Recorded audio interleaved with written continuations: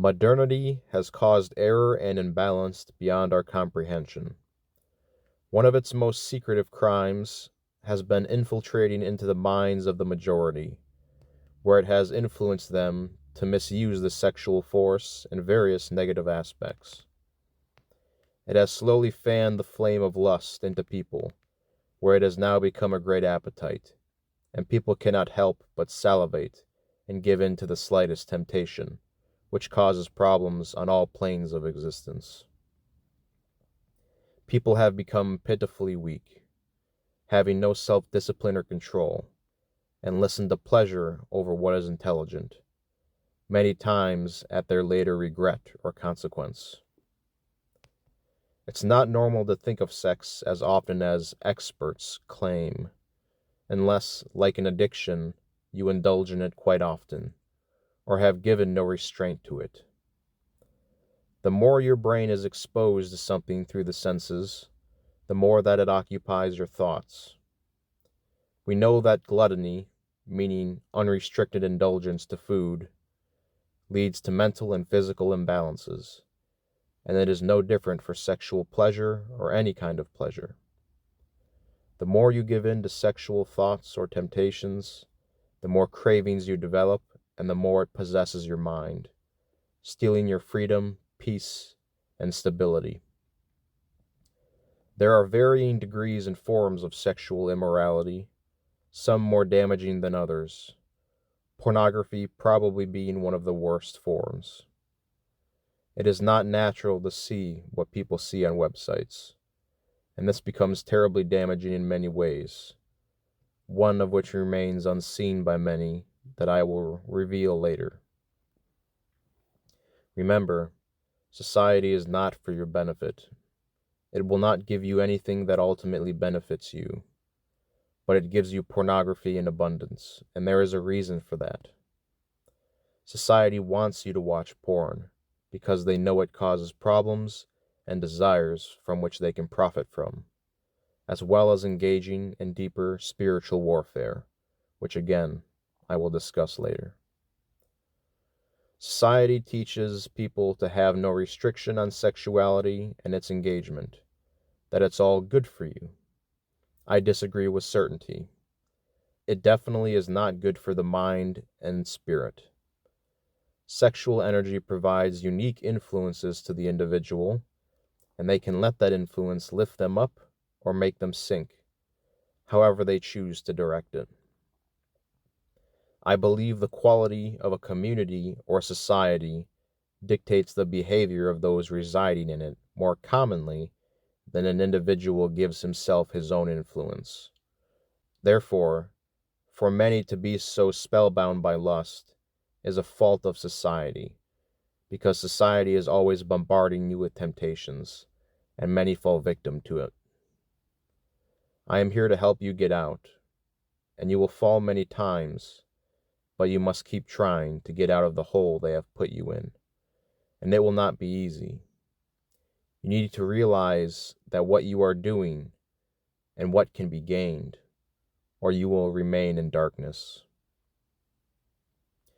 I have noticed a correlation to people who misuse sexual energy, that an individual who has no resistance to sexual enticement, they have nightmares, sleep paralysis episodes, as well as mood imbalances, a general sense of acrimony, or disharmonious qualities.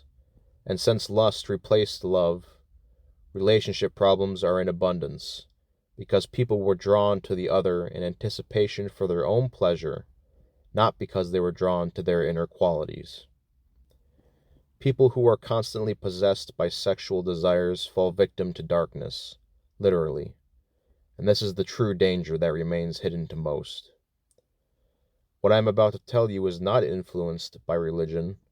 I do not follow Christianity or any other religion, although I can acknowledge the truths in them and their similarities between them and what I have mined from my own labor. It seems that from my own experience, because I too have been guilty, the misuse of sexual energy creates a contaminated mind, and the composition of a contaminated mind will attract things of a very dark nature. Why is it this way? Imagine if all the kingdoms of life decided to have sex for pleasure and not for procreation. Don't you think the eternity of that design would fail? That the eternity of life would fail? Therefore, the misuse of sexual energy is reserved for the antagonist of the light, of what is not intelligent. If you do things for pleasure rather than what is right, your mind's composition, shaped by those unrestricted desires, will attract corresponding things in the physical world, yes, which is easy to see, but also in the invisible world. And in the case of the invisible world, it attracts things that are harmful, and over time, it will create mental parasites or entities from which neurosis, disease, and other health issues are born, as their presence drains you over time.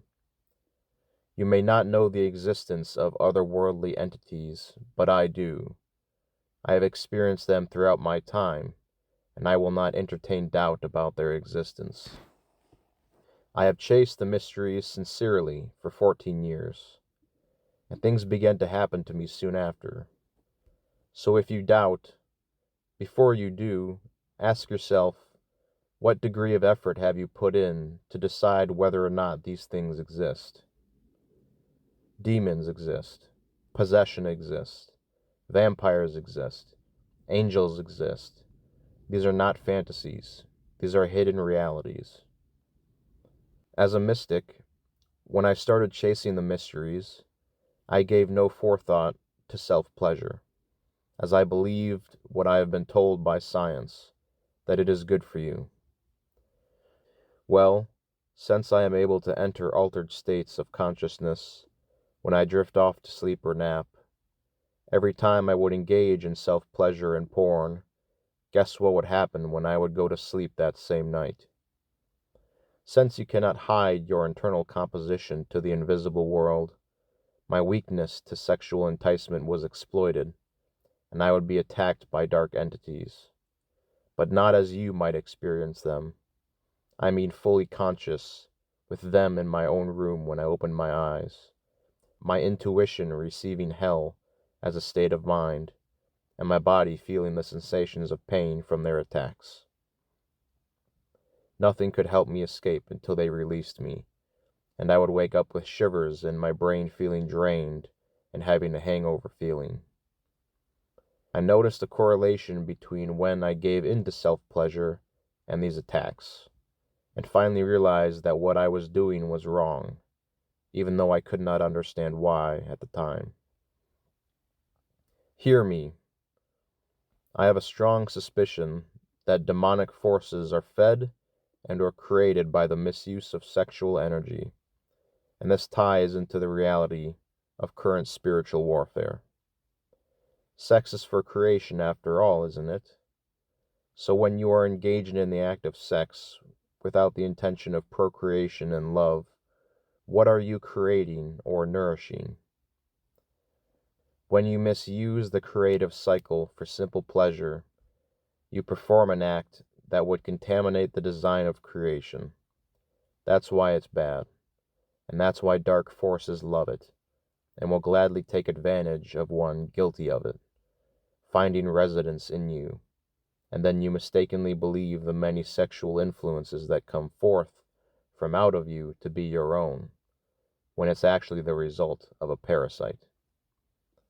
That's why the more exposure to sexual immorality, the harder it is to escape it, like any addiction, because once you open the door, you let them in, from which they integrate into you. Dirty places attract bugs, correct? Why would it be any different for the mind? If you have a dirty mind, you will attract correspondingly. Mental purity is not a sham, like many religions preach.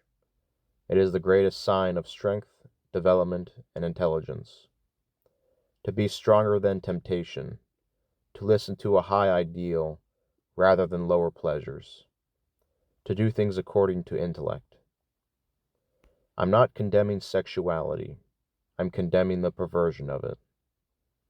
Sex is a sacrament. It is a reenactment of the same process of how the universe was created. So when you sink into lustful desires and its many manifestations, it has negative consequences in so many aspects. Lust is using another for your own satisfaction. It does not benefit the other like love. Lust is the cause of many misfortunes, from relationship problems to the passing of contaminated genes to offspring. Do you know how many people are transfixed by lust? How many men and women cannot resist lustful desires? That they see only the external, not the internal quality of things, meaning they see only with their eyes, never their mind blinded by lustful desire. They worship matter, not spirit, and matter is of death, where spirit is true life. How can you be compatible for a relationship if you are guilty of porn, self-pleasure, or lustful desires? If you cannot control sexual desires, you cannot contain them to one person, because you will live in the material world of things and will endlessly desire change, and so you will eventually seek change in other sexual sources, and we call this cheating. Think about it. You are not ready for a lasting relationship until you have conquered lust. It's as simple as that. Now I realize that sexual energy builds up and eventually needs a release in men where semen must be replenished. There are healthier ways to deal with this than delving into heavy pornography. If you decide you must masturbate, not for pleasure, but as a release because your hormones are making you crazy, choosing not to let the body relieve itself on its own when you are sleeping, fantasize a beautiful and passionate scene with a potential future partner that the gods would see no shame in. Try to imbue anything sexual with beauty and dignity. That is the best thing you can do to avoid any darkness from the act. Who knows? Maybe you will attract something wonderful in this way. Stay far away from pornography and the endless sexual temptations that society bombards you with. Clean yourself. Feed your mind only good things. The benefits of avoiding lustful activity is much like having an active and fit body. You just feel better. You feel more energetic, confident, strong, and especially mentally stable. This is true of one who has risen above sexual temptation, and this is no easy feat. But the greatest benefit from becoming pure are the spiritual benefits. Words alone cannot tell you how valuable this is. You must experience it. I'm not here to say sex is bad. It is beautiful when used in a beautiful manner. But when defiled, there are consequences, most which many cannot see until they are swallowed up in darkness. People wonder why the world is so full of darkness. It's because we do not develop the internal self, from which all actions become dictated by. And so, if you want heaven on earth, construct it first in yourself. Seek purity. That's what this message is about. If you have darkness in you, you will express it without you. Many will dismiss these claims, but they cannot see what I have seen. I am warning you, if you want anything to do with spirituality, then mental purity is your goal. This may take years, especially if you live in such a culture as America. Keep the high ideal in your mind. You will falter, but keep progressing more and more until you are free. Here is something to consider. If the mind exists to remove error, then to escape error, we must make the mind the ruler of the body, not the body the ruler of the mind. Mind over matter. As a great master has once said, purity is the foundation of all spiritual acquisitions.